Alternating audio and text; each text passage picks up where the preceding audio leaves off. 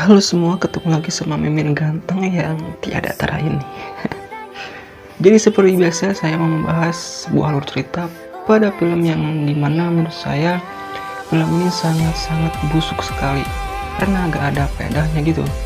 Dan film ini berjudul Boarding House, yang dimana cerita ini menceritakan sebuah kos-kosan laknat. Kenapa disebut kos-kosan laknat? Karena semua penghuninya itu sangean bro. Ya mungkin itu aja sih, mungkin itu sudah menjelaskan semuanya ya. Kalau gitu kita langsung aja masuk ke reviewnya. Film ini dimulai dengan seorang cowok yang dimana tokoh utama kita yang bernama Yoongi. Dia ini adalah mahasiswa baru yang dimana kini sedang mencari kos-kosan di kota ini, dan ketika dia nyampe di kos-kosan, dia kemudian memanggil makhluk penunggu kos tersebut. Sampurasun, assalamualaikum. Tapi gak ada yang jawab. Kemudian terdengar ada suara yang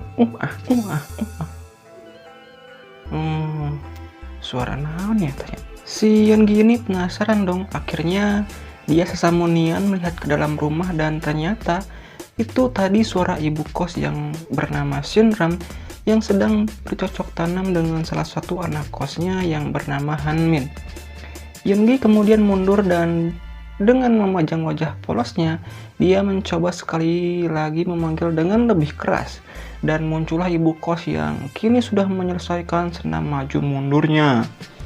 Shinram kemudian mempersilahkan Yoongi untuk masuk, dan di sini Yoongi mengutarakan maksudnya untuk ngekos di tempat ini selama kuliah.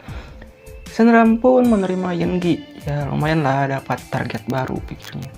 Dia kemudian mengantarkan Yoongi ke kamarnya, dan Yoongi pun langsung beristirahat karena kecapean ya.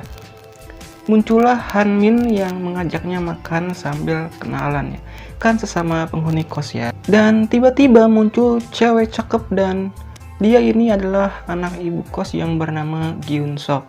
Dan film pun dimulai. Keesokan harinya, Shinram masuk ke kamar untuk membangunkan Yoongi. Ya, meskipun di sini udah kelihatan ada yang bangun ya. Shinram tentunya penasaran dong, ini apaan ya? Erek dipegang takutnya lain setang, mau dikocok takutnya tambah panjang, kan repot ya. Yoongi kemudian bergegas untuk berangkat kuliah, dan Shinram ini malah ngasih bekal ke Yoongi. Enak pisan kalau ada kos-kosan kayak gini ya. Sepulang kuliah, Yoongi ini hangout bareng teman-temannya sambil cerita tentang ibu kos dan anaknya. Mereka bilang kalau emang ceweknya gatel ya langsung gasken aja bro. Yoongi kemudian pulang, tapi karena kebanyakan minum tuak campur kucubung, dia ini teler ya dan molor di jalan. Untung saja muncul Gyun-sok dan kemudian membantunya untuk masuk ke dalam kosan. Dan ketika si Yoongi ini jatuh di kasur, Gyun-sok dengan set-setnya membuka baju Yoongi untuk melakukan prosesi pengencotan. Tapi Yoongi ini gak mau loh. Dengan perasaan kecewa, Gyun-sok pergi dari kamar Yoongi. Nah, pada adegan ini hanya satu yang ada di pikiran saya. Nyenahalin aing di posisi eta, tapi ya geus bae lah. Paginya pas Yoongi lagi sikat gigi, dia melihat Gyun-sok yang sedang ngumbah banget dan pakai pakaian yang semlehwe banget. Otomatis si Johnny langsung menangkap sinyal yang cukup kuat untuk bangun guys. Yoongi pun segera untuk masuk ke dalam kamar untuk bersiap-siap berangkat kuliah. Tiba-tiba Bu Kos malah masuk kamar dan lihat si Johnny lagi tegang. Karena malu, Yoongi pun langsung berangkat kuliah, dan terlihat Bu Kos yang senyum-senyum melihat. Malamnya ketika si Yoongi ini sedang mencari aqua karena haus, dia nggak sengaja mendengar suara ada Sansayu melambai-lambai di dalam heningnya malam. Karena penasaran, Yoongi kemudian mencari sumber suara tersebut, yang ternyata berasal dari kamar ibu kos yang sedang mengobok-ngobok kantong ajaibnya. Gak tahu nyari apaan, kayaknya sih kacang ya. Karena gak kuat melihat pemandangan tersebut, akhirnya Yoongi masuk ke kamarnya dan mulai menghamplas batangnya. Keesokan harinya, Pas Yeongi berangkat kuliah, tiba-tiba muncul Gunsok yang langsung nangkep dengan eratnya. Di sini kelihatan ya kalau Gunsok ini ada rasa ke Yeongi. Dan Yeongi pun nggak jadi kuliah, malah kebogohan dengan Gunsok yang kebetulan hari ini hari ulang tahunnya. Pulangnya, di depan kosan terlihat sosok cewek yang berdiri dan ternyata itu pacar Yeongi dari desa yang bernama Mila. Dan Gunsok ini terlihat agak kecewa ya karena tahu kalau Yeongi ini sudah punya pacar.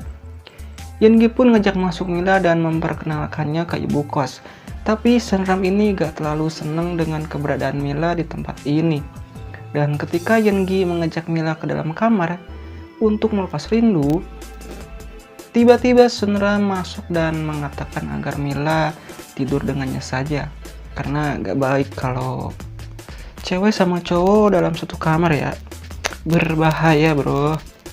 Tapi ketika Sunram sudah tertidur dengan kebluknya, Mila malah diam-diam menyelinap masuk ke dalam kamar Yeongi untuk melakukan penggenjotan.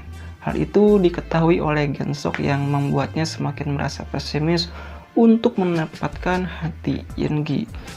Keesokan harinya, Mila ketika telah mencuci muka kemudian muncul Hanmin yang memperkenalkan diri sebagai teman Yeongi.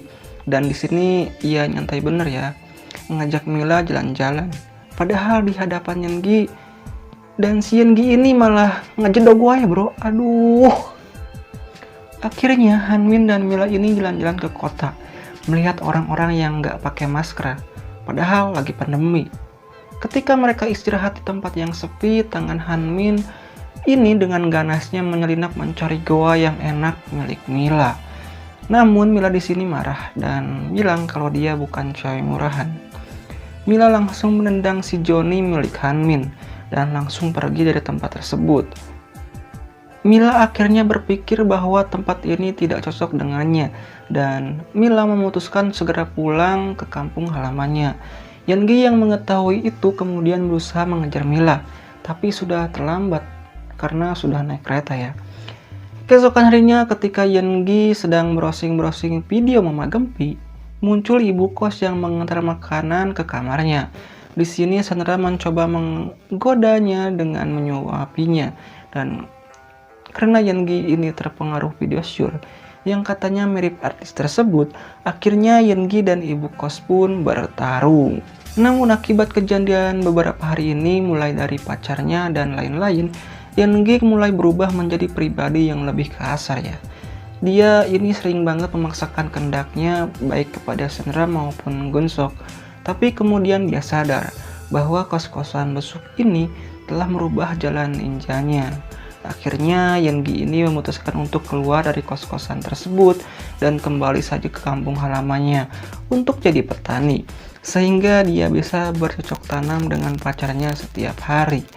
Dan film pun menggesan. Seperti yang saya bilang bahwa film ini film busuk. Jadi gak ada pelajaran yang bisa dipetik dari film ini ya. Ya mungkin cukup sekian dari video ini. Sampai bertemu di video selanjutnya.